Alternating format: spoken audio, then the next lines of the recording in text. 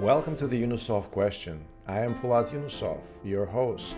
I interview lawyers and judges. This show is supported by my law practice, Yunusov Law Professional Corporation. I am a commercial litigator. I've done nothing but litigation since 2011. Many of you know me or my work. I would really appreciate your referrals. They are safe with me. Thank you and enjoy the show. Hello, everyone. Welcome to another episode of the Yunusov Question. I have a great guest today. His name is Harpreet Saini. He is a criminal lawyer from the Greater Toronto area, but more specifically from Brampton. Hello, Harpreet. How are you?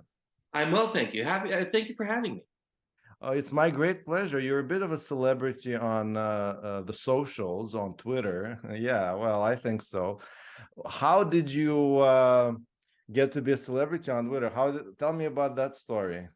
Well, it's really just dumb luck more than anything. I set up the Twitter account, and at first, the intention was to tweet interesting things about the law and new cases that come out and whatnot. And that was a niche that's been filled already by people who are very good at it and better than me. And then more and more, I just started tweeting nonsense, which is sometimes law related, sometimes not. And people like that, I guess. I guess people like the idea that lawyers can also be parents and have real lives and be interested in pop culture. And I still sometimes tweet law stuff, but not a lot. And I guess it's just what people connect to. So there you have it. I really like this concept of nonsense. It reminds me of a very famous TV show that was about nothing. So your Twitter is about nonsense, which is to me has a deep philosophical meaning, because nonsense could also mean sense that's opposite to the common sense, to what people expect from a criminal lawyer to tweet, right? Commonly, and you do something opposite from that. Speaking of which, you tweet a lot about your kids. So I assume you have kids, you're a dad, and why do you a lot of lawyers are very reluctant to talk about their family or children. You are open about it. Why do you do that? Well, it's a big chunk of my day, right? So I have two kids. They're now 10 and 8. They're in school right now. My wife, she works a lot, and because of the nature of the work I do, I'm home a lot more. So I get to be the primary caregiver in a lot of ways. And so because that's a big chunk of my day, that's going to be a big chunk of the things that I tweet about. It so happens then that people relate to that. And also, I guess it's still unusual for people to see the father being the primary caregiver, which is our situation. And that's a good thing for people to see that, hey, it doesn't always have to be mom, it can be dad as well. And in fact, dads should be doing more. Dads should be doing more of the pickups and the drop-offs and making lunches, et cetera, et cetera. I do it, and I want other people to see it as well. So I tweet about my kids because that's a big chunk of my day, and that's what people relate to. I feel very related to this. I also spend a lot of time with my kids, and I'm very happy that we're similar that way. Speaking of kids, let's talk about the time when you were a kid. Do you All still right. remember? I do have a recollection of when I was a kid, yes. Where is Heart Lake Secondary School? Heart Lake Secondary School, so it is in Brampton. You go all Okay. the way up to 410 if you're I familiar with I PTA. originally from Brampton. Sorry Nice. that I double spoke from and Brampton. I originally from Brampton. So you know then. See, Brampton, North Brampton, there's a high school called Heart Lake Secondary School, and that's where I did my high school many, many, many moons ago. Still there. Right. So you were born in Brampton, and did your parents come to Canada from India? Do I understand it correctly? Yeah, I actually was not born in Canada, but came to Canada when I was very little. I was an infant when I came to Canada, but pretty much you could say I was born in Canada. All my upbringing is in Brampton essentially.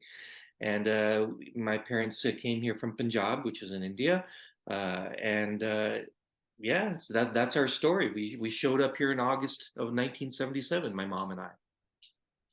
Technically, you are an immigrant like me because I wasn't born in Canada. I came to Canada when I was about 20. Yep, it's not even Yeah. technically, it just is. I am Okay. England. And one of the funny things about discourse is in Canada is you can change a lot of things about who you are, your politics, your how you feel, your job, whatever, whatever, whatever. But once you are an immigrant, you are always an immigrant. And that is something that does not change about you. You could be in Canada for 70 years, 60 years, it doesn't make a difference. But once you have the label of immigrant, that's what you are.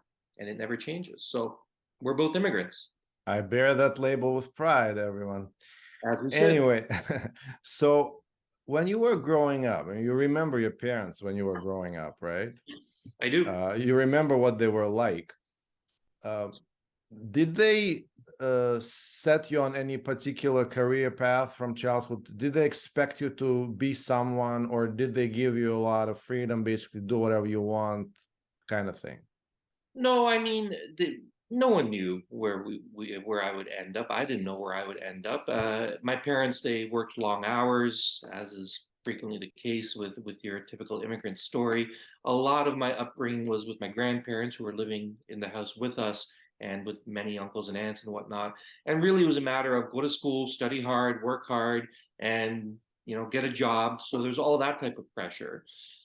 With many South Asian families, the goal is either doctor, engineer, or accountant. Those are the three things that they push you towards. And I ended up being none of those. In a lawyer in India is at the time was not considered a high profile profession compared to the sciences, compared to doctors, engineers, and accountants. So in a way, at first, it was a step down to be a lawyer because they wanted me to be a doctor. That did not work out. I mean, I still could go, but that bridge has probably been passed by now. So You, no, no one knew. you come from a Sikh family, right? Yes, Did you feel the influence of the Sikh culture as you were growing up, the influence of that culture on your education, on your career choices, or maybe with the wisdom of hindsight, you can say, yes, this was the Sikh culture that did this. This is the Sikh culture's influence. And if yes, can you tell us about that more in detail? sure. My religion is not something that my relationship with my religion is not something I really talk about a lot. It is a part of me and it is important to me. But when you say how you end up where you end up, it's going to be a combination of many different things, and religion is one of them for me. I know that in Sikhism, one of the things that we focus on is fighting and fighting for the underprivileged, for the people who cannot fight for themselves. That's something that runs through a common theme that runs through our religion generally. So for me to be a criminal defense lawyer is actually very much in line with that religious upbringing, and it's not something that was explicit in how I made my decisions. But that, in combination with everything else, brings me to where I am now. You know, one of the themes of my interviews with criminal lawyers Mhm. is just trying to figure out why people become criminal lawyers, because it's not a very easy career. No, it's not. And you have just revealed yet another factor, at least for some criminal lawyers, why criminal lawyers become criminal lawyers. Were there any other reasons why you chose this, let's be frank, difficult field? It is difficult, and you're right. It's a tough area to get into, and it's a tough area to live in. But first things first, criminal defense lawyers or criminal lawyers in general, we want to be in court. We are in court most days. We are in court more than your other litigators. If you're a civil litigator if you're a civil lawyer and you call yourself a litigator, that's great. But as criminal lawyers, we laugh at you a little bit because we are the real litigators. We are in court all the time. So then the question then becomes, is you want to be in court? Fine. You're going to go into criminal law. Do you want to be a crown, or do you want to be a defense lawyer? I think that if you are more likely to question those who are in position of power, if you are more likely to question the status quo, if you are more interested in fighting for the underprivileged, the marginalized, those who live at the periphery of society, you will gravitate towards the criminal defense bar, because that's what we do every day. We fight for the marginalized. And in doing so, we fight for all of us as well, because the role we play is so important to society at large. Do you think that some criminal lawyers, at least some criminal lawyers, also go into this field because they want to fight not just for the underprivileged, but also against the government, the privileged, the system, because of their distrust for the tradition or for the institutions? Oh, 100%. There's a there's a strong rebellious streak in the criminal defense lawyer. We are, in our heart of hearts, oftentimes rebellious, and that makes us, again, gravitate towards the criminal defense bar, because when we fight in any case, we're not necessarily fighting against a single person. We're fighting against His Majesty itself. That is our opponent, His Majesty the King, who sends his representatives to persecute and prosecute our marginalized clients. And there's an appeal to that for many people. Right? It's understandable. I get that. So you talked about litigation, and you talked about doing a lot of courtroom time and being in the courtroom a lot, and I assume you include trials in this time. Yes. I assume you do a lot of trials. So I know that criminal lawyers do a lot of trials. There are different criminal lawyers. I asked this question when I talked to Danielle Robitaille, and she explained the distinction. There are criminal lawyers who do a lot of trials because, for example, they work with legal aid, so they have a large volume of files, and there are criminal lawyers who don't do so many trials, but they still do a lot more trials than civil lawyers. You're right about that. How many trials do you do on average per month? So it depends, your typical lawyer answer. But you will go through stretches where you have longer cases. And for example, if you have a jury trial the last 3 months, then in that month, you've done one trial. It was one trial, it was a jury trial, it took the entire month. On the other hand, if you have a string of months where you're doing a bunch of Ontario Court of Justice, OCJ trials, you can do a couple of trials a week. And they could be some smaller domestic trials or over 80 impaireds or assault cases, and you can do 1-2 a week. And you can get up, I think more than 2 a week is unhealthy. I think around 1 or 2 is about as much as you should do. So if you're doing a bunch of smaller trials, around 4 or 5 a month is about your limit, I think, in order to maintain a balanced practice. But if you're doing a jury trial, that's your month. So it really depends on the type of work you're doing at any given time. And when you say a smaller trial, I assume you talk about the scope of the charge or the offense? Or are you talking about mostly, or maybe you're talking about the complexity of the issues? It's everything, right? And like a basic domestic trial with the allegation of domestic assault, you're going to have your complainant who takes a stand. You're going to have 1 or 2 officers, and that's a trial that can be done in a day, 2 days. It's going to be relatively quick. What we commonly refer to as an impaired overweight, drunk driving. Again, that's a 1 or 2 day trial because there's a limited number of witnesses, and it just doesn't take as long. But a jury trial involving, I have a homicide scheduled for next year. We've got 3 weeks of pretrial motion starting next week, and then we got 3 months of trial next year because there's like 100 witnesses, and it's going to take a long time. So it really depends on the case you're doing, right? Every case is different. So this is becoming very interesting to me now. And of course, one of the things I liked about you, and I've noticed this a long time ago, is that you are open to educating others on Twitter in particular, and you really like sharing tips and advice. So I am going to start probing deeper with my, let's say, amateurish commercial litigator eyes. Amateurish in criminal law.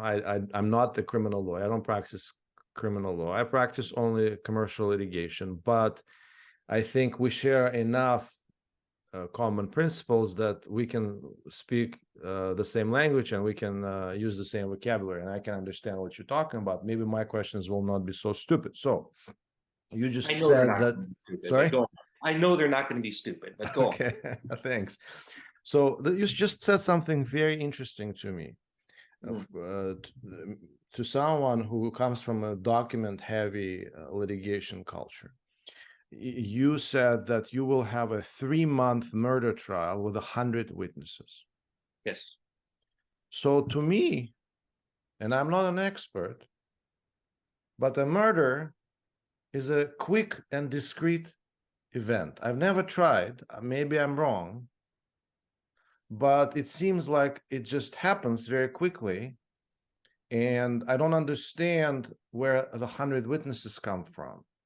And I don't necessarily understand where 3 months come from. So so the witnesses, the large number of witnesses to me suggest very complex issues of fact.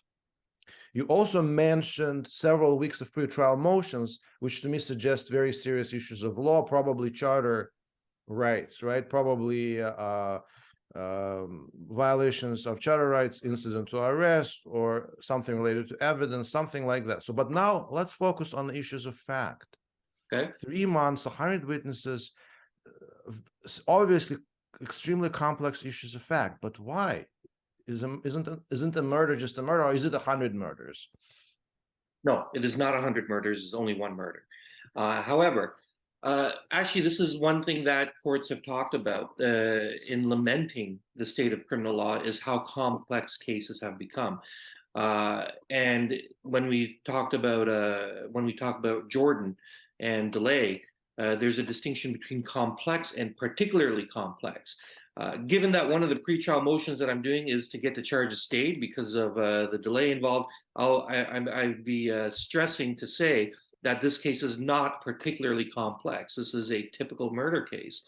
But what makes these cases lengthier is that the stakes are so high, everything has to be done more carefully, and every case stands on its own. But in these cases, you're more likely to have a bunch of expert evidence with regards to CFS, Center for Forensic Sciences. You're going to have experts talk about drugs in the system, cause of death, post-mortem. There's a whole bunch of expert evidence with regards to that.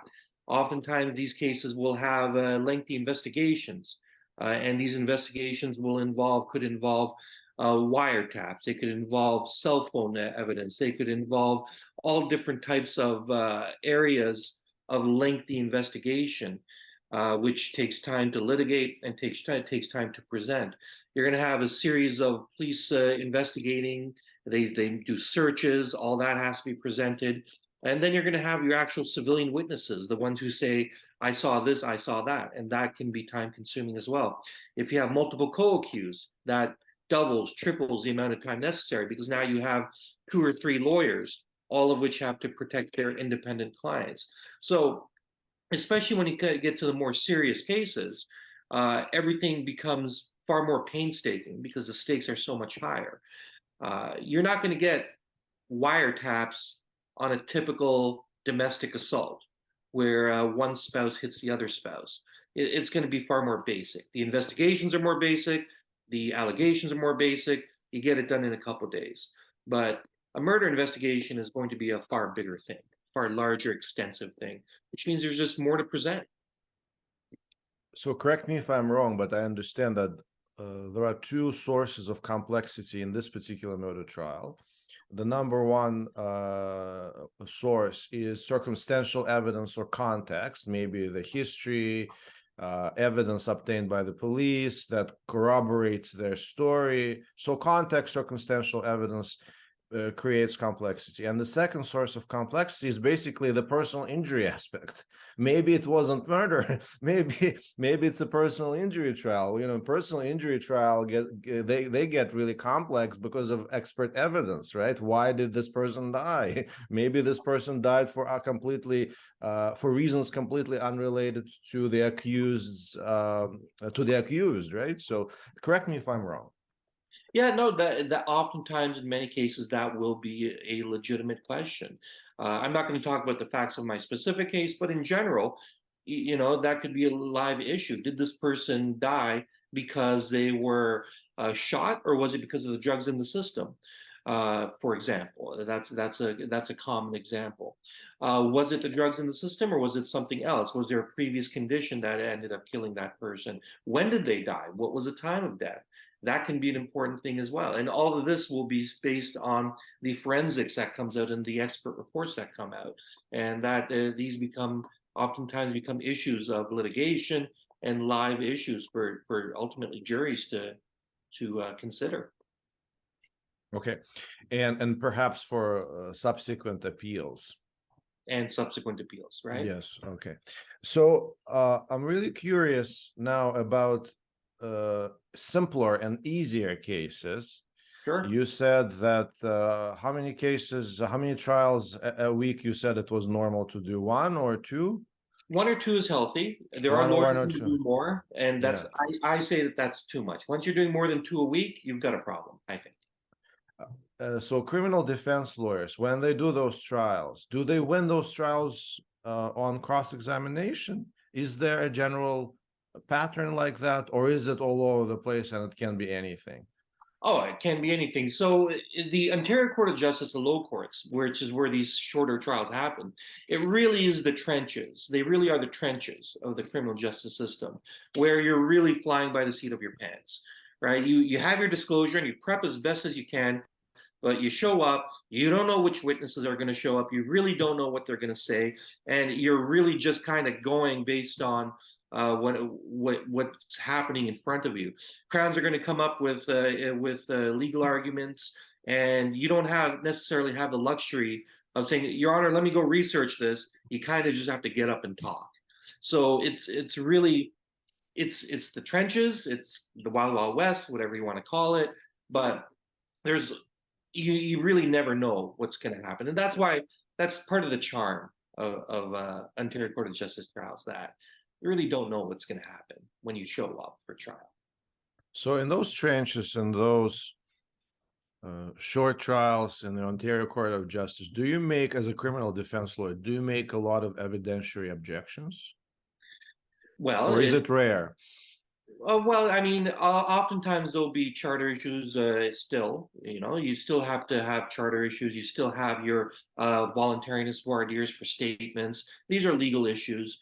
Sometimes you have to be careful with how Crown attorneys will cross-examine complainants, what type of evidence they bring in. And don't get me wrong, if it's a sexual assault trial or whatnot, they can still get very complex, even in the Ontario Court of Justice, with 276 motions, 278 motions, which for criminal practitioners, that we know exactly what those numbers mean and what comes from those numbers.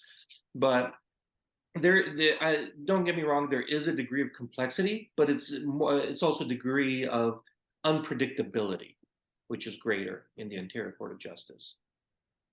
Do criminal lawyers ever raise the rule in Brown and Dunn, for example? The one where Yeah, you got to put something is raised without raising it in cross-examination. Yeah, so that's part of preparation is you have to have an understanding of what your client's version of events is, so that you put those things to the witness. Now, the rule of Brown and Dunn, it's actually oftentimes misunderstood. You don't have to put every single minute detail to the witness. That is a false thing. That does not have to happen. But it's important to put to the witness the keystrokes, the important things that will come up when and if your client takes a stand. And also, if you know you're going to make hay out of something in your submissions, you have to put those things to the witness as well. Actually, it's oftentimes the Crown attorneys who mess up on Brown and Dunn because they're not as used to cross-examining, because our clients take the stand less often, and they're the ones who frequently will forget to put certain things to witnesses in cross-examination, and then that's when in submissions we'll bring that up. But Brown and Dunn is frequently misunderstood. I'm curious, what are some of the most common issues of fact that come up in criminal trials? So obviously you can think about the most common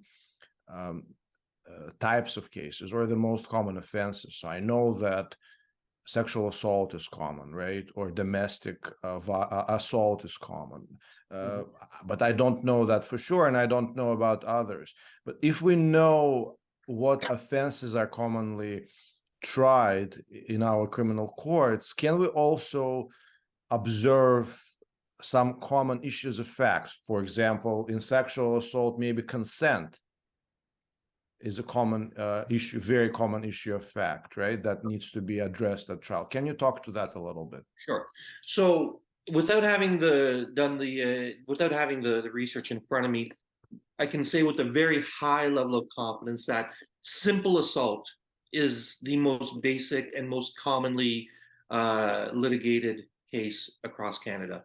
Be it domestic, be it barroom brawl, be it two buddies getting into a fight after having a few too many alcoholic beverages. Assault is your most common charge across Canada, probably by far. And again, I don't have the research in front of me, but I can say that with some confidence. In the Greater Toronto Area and probably other jurisdictions as well, drunk driving is also very, very common. So those are your two most common areas: drunk driving, especially in suburban jurisdictions, and just basic assaults. The law on assault is actually very simple. There isn't really much to litigate. Oftentimes it'll be consent-related issues: who started it, who ended it, et cetera, et cetera. And oftentimes it can also be a whodunit. Identity is frequently an issue in assault cases as well. Over 80 impaired drunk driving cases are very much a niche area.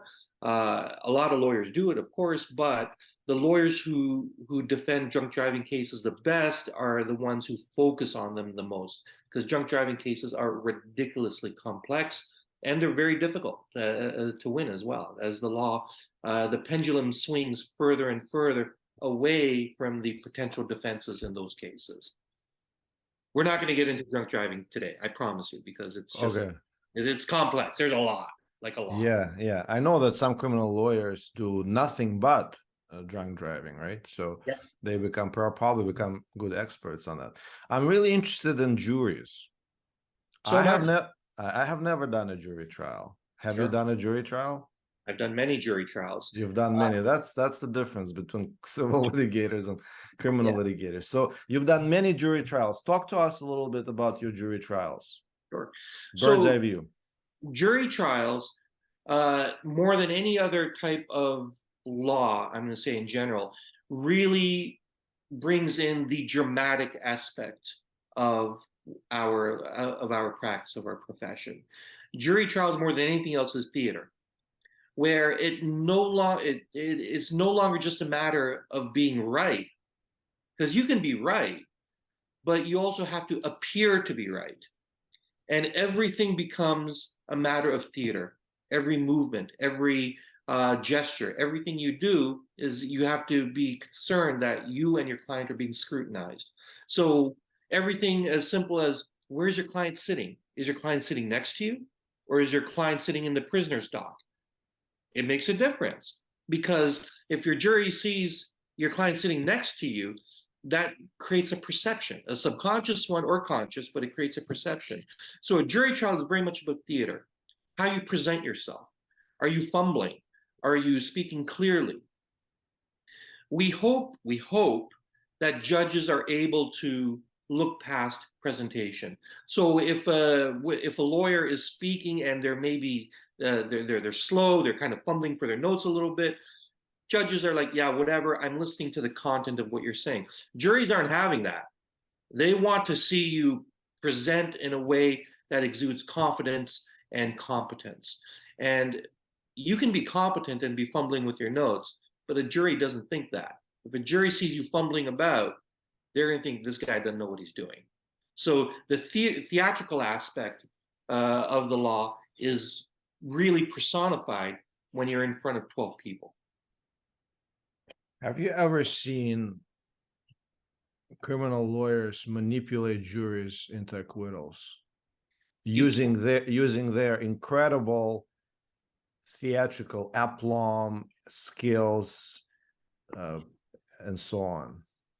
Well, the word manipulate, it has a connotation. So I'm not going to say that I've seen lawyers manipulate juries. What I will say is that lawyers will use the strength of their advocacy to convince jurors. And sometimes you can have a difficult case, but if you're an incredible advocate, that's what you're there for. That's not manipulation. That's advocacy, is what I say. And yes, 100%.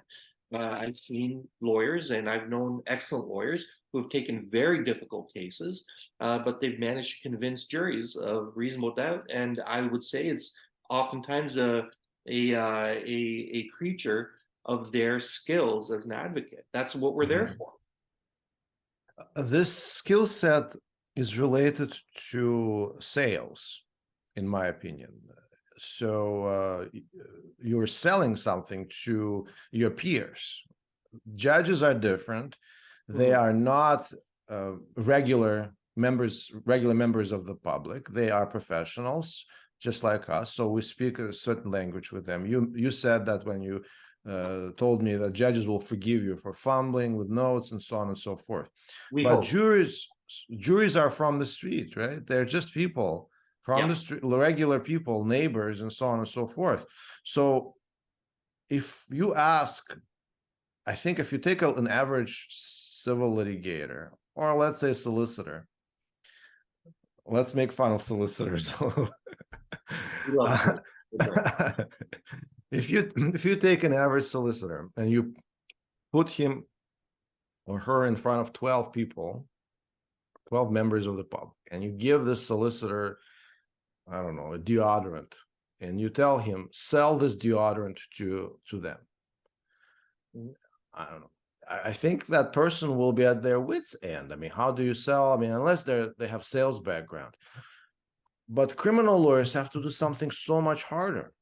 Yes. They have to sell reasonable doubt. I think it's so much harder to sell reasonable doubt in murder than deodorant.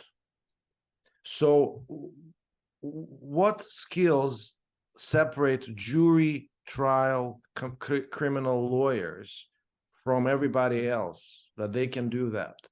It's not just theatrics, right? No. It has to be something that they teach in sales schools. I don't know, like something interesting, right? So I think what differentiates a regular criminal trial from a jury trial is that in a jury trial, what you're trying to create is a story. It's a narrative, right? And it's a narrative that you establish based on what your client tells you. So you have the Crown version. They're trying to do the exact same thing. They're trying to create a narrative, a story with themes. And that's what they're trying to give to the jury. Well, what you have to do as a criminal defense lawyer is you talk to your client, you review the disclosure, you do all that, and then you create, based on all that information, the story, the themes, the narrative that you want to present to the jury, right? And your most successful criminal defense lawyers will be the ones who will be able to establish a narrative that a jury that can then take to their room and say, this is what happened. This is what happened on this dark, stormy night 3 years ago when it was just the person who's dead and the accused person in a room by themselves. Maybe it was this, maybe it was that. And every witness you cross-examine should further that narrative, right? And when you're successful in a jury trial, it's because you were able to establish that this is a narrative, this is what happened. You're able to sell a story to them. And sell makes it, I think, kind of belittles it a little bit. I just can't think of a better word right now than that, but that's really what it is. And the Crown's doing the exact same thing, right? We're all doing the same thing with the jury. With the judge, you can focus more on the technicalities or the minutia of the law, et cetera, et cetera. And you do that with juries too, don't get me wrong, but with the jury also, you're looking at a broad picture. You want them to be able to go back into the jury room and say, these are the themes that are important to me and to the defense, and that's what you want them to focus on. So sometimes that theme will be uh, based on the science of it, or it'll be based on none of these witnesses are trustworthy, or or how small and meek and more likely it is that they're defending themselves the accused is, so on and so forth. But you want to have a theme, you want to have a narrative, and you want to have a plan when you go in. I don't know if that's helpful or not. It's very helpful. Different narratives touch different people differently, even within the same culture. Different narratives touch men differently from women. Different narratives touch or move professionals, like legal professionals are not allowed to be on the juries, but let's say engineers or scientists differently from people who don't have experience with those fields. That's right. And that's just within a culture. But there are also different cultures. And you and I, of course, would understand sometimes the gulf, the abyss between different cultures. Sure. And the different cultures may have completely different views on what is touching, what is convincing, what narrative sells. Okay. Now, juries, I guess you have some input into the composition of juries, right? Less so now than before, but yeah. Well, let's assume that they're random. Yeah. Is there a Canadian culture that you can safely assume you're selling to here, that you can safely assume is considering your narrative for you, or are you basically anxious that different people on the jury will perceive your narrative completely differently? Oh, 100%. We're in a melting pot here, right? So, like, what do? It's not like we're in Poland or something, right? Or in Cambodia, where all people are homogenous pretty much. Even though in both in Poland and in Cambodia, they will have different subcultures that can be very different, but still, like, you know what I'm talking about. I don't think anything is as heterogeneous as the GTA society. Yes, and yet, having said that, juries are oftentimes still predominantly white. They are still predominantly middle or upper echelons of socioeconomic society. They are frequently not from the marginalized groups and marginalized peoples that we represent. So even though you're right, everything that you said there, oftentimes the difficulties that we face, the juries that we get are not representative of the people that they are presiding over. So I'll give you a very basic example. In a case where a young person of color encounters the police and they run away, a jury hears that. They're predominantly white, they're middle class, they personally haven't had problems with the police. They hear that and say, oh, guy ran away from the police. Guilty. Because why would you run away from the police? So then what we have to do from our end in this circumstance is try and help the jury understand that no, listen, if you're a poor person of color in a marginalized neighborhood where the police are not always your friend, you could be an innocent person, and when you're approached by the police, you run away because you're afraid that they're going to arrest you for something you didn't do, or they're going to beat the crap out of you, or whatever the case may be. So again, that is a narrative.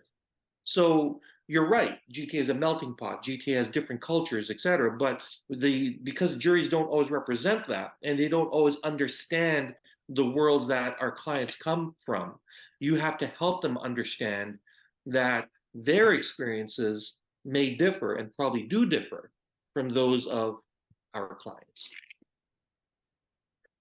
Well, this is really good stuff. What you talked about, though, is a cultural generalization, albeit it's a cultural generalization that's favorable to the accused Yeah. in this particular case that you described. So I'm thinking back to this case on which you commented in the Lawyers Daily, the BG case from February, the Court of Appeal case, R and BG, Yes. where the Court of Appeal said you cannot use cultural generalizations against the accused without proper evidence. I think this is the dictum. Maybe I'm wrong. Maybe I'm simplifying it too much, but I think this is what they said. That's generally correct. Yep. Yeah. So does what you're saying mean that you cannot use them against the accused, but you can use them in favor of the accused? No, you shouldn't use cultural generalizations at all. An example, a different type of generalization that you absolutely cannot use and should not be able to use in favor of an accused are examples with regards to sexual offenses. In fact, we have an entire regime that prevents us from doing just that. And there's a lot of litigation, a lot of feelings about how that regime works or doesn't work. But no, you can't use improper generalizations for or against an accused. The case you're referring to was the idea where the Crown was, and now I'm simplifying, but the Crown was implying that witnesses who were South Asian were more likely to lie because of cultural related reasons to protect their relative who was the accused, right? And that you absolutely cannot do. And that's a situation where it favors the accused.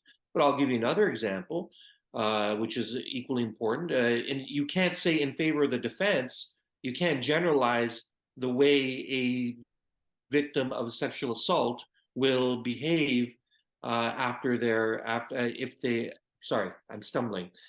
You can't generalize based on how you think a victim of sexual assault should behave if they are in fact a victim.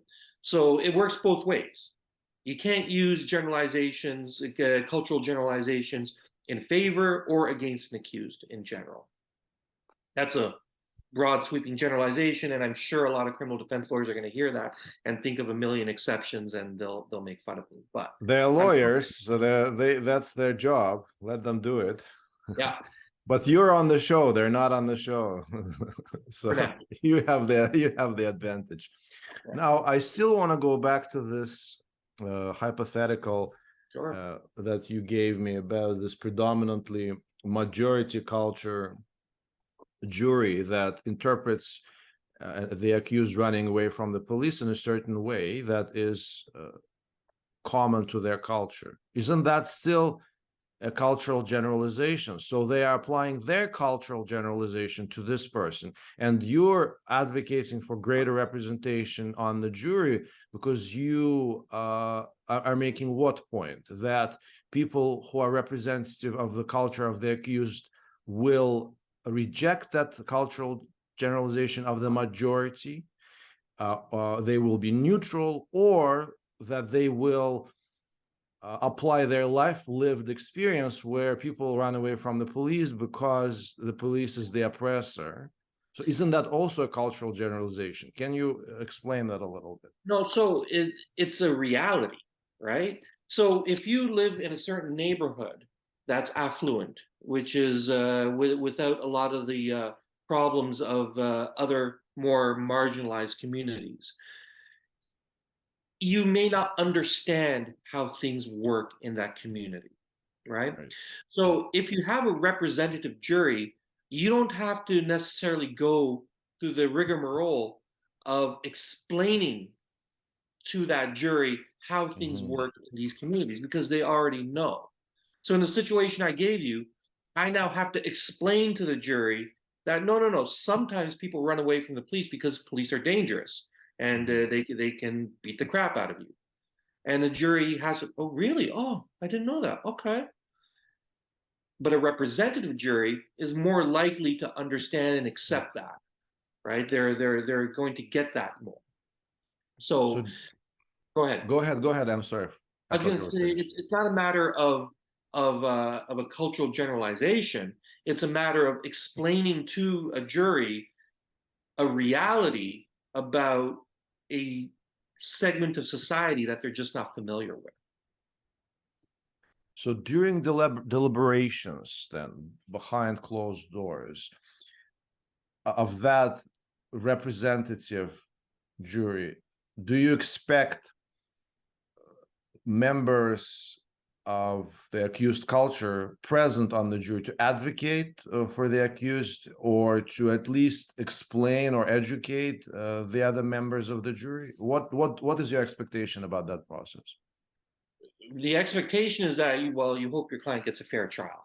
And if that what that means is that hopefully the lived experiences of some of the jurors on a representative jury will be able to explain to others that no, no, this is a thing that happens in these communities. And I know that you don't understand that because you live in an affluent neighborhood of Toronto, but no, this is how things work. And then that other member of the jury will be like, oh, really? Okay, now I know this, right? And that's why representation in juries is important, so that you have a broader foundation of lived experiences, because that's what a jury is supposed to be, right? A representative of the community. But if only a part of the community is represented, then it's not a proper jury. That's right. The original term is a jury of his peers, I believe. Yeah. And I guess peers does suggest, imply necessarily connection and representation. If the jury is completely disconnected from the accused, they are not really the accused peers. Well, you're practicing in Brampton. You grew up in Brampton. Mhm. You didn't go to school in Brampton. I mean, there's no university in Brampton. You went to school in Montreal For undergrad, yeah.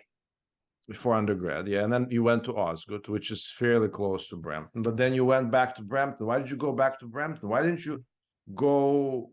I mean, maybe you practiced downtown. You practiced with Hicks and Adams for a while, right? Yeah, for my first 9 years as a lawyer, I was with Hicks Adams. I was getting, Yeah, okay.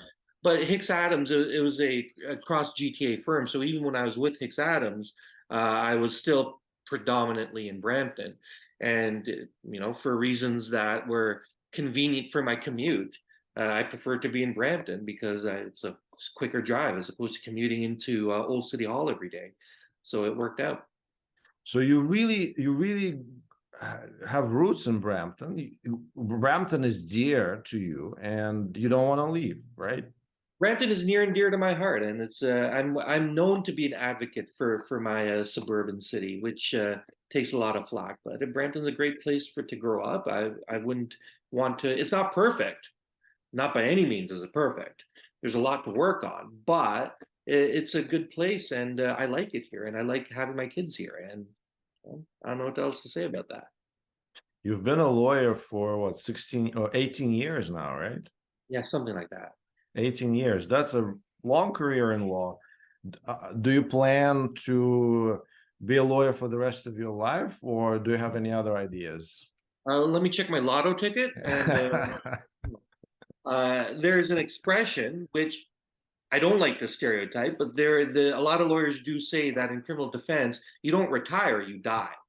Uh, I don't like that. I don't like that idea Mhm. of us working ourselves to death. I hope that someday I get to that point where I can slow down and take less cases, but I doubt that I would quit entirely because you got to do something. You got to keep busy. But yeah, we do need to change the culture of grinding till you die. And I hope that younger lawyers are able to not do that to themselves. we'll see what happens. I got a long ways to go still. Not good. Any indication that your kids are interested in becoming lawyers? Hope not. No, they're gonna be a doctor or an accountant or an engineer. That's the plan. Okay, They're gonna do what that's Dada could not. that's the plan. Harpreet, thank you so much for this interview. You were very generous. You were educational. You taught me more about criminal law than I think that you taught me more about criminal law in a long than everybody in a long time, ever since Alan Young was my criminal law professor. So Alan Young taught me a lot about criminal law, and you're probably the second person to him who taught me a lot about criminal law today in a very condensed You're form. placing me in excellent company, and probably undeserved, but thank you for that. Thank you, Harpreet. This was great. Thank you so much. No problem.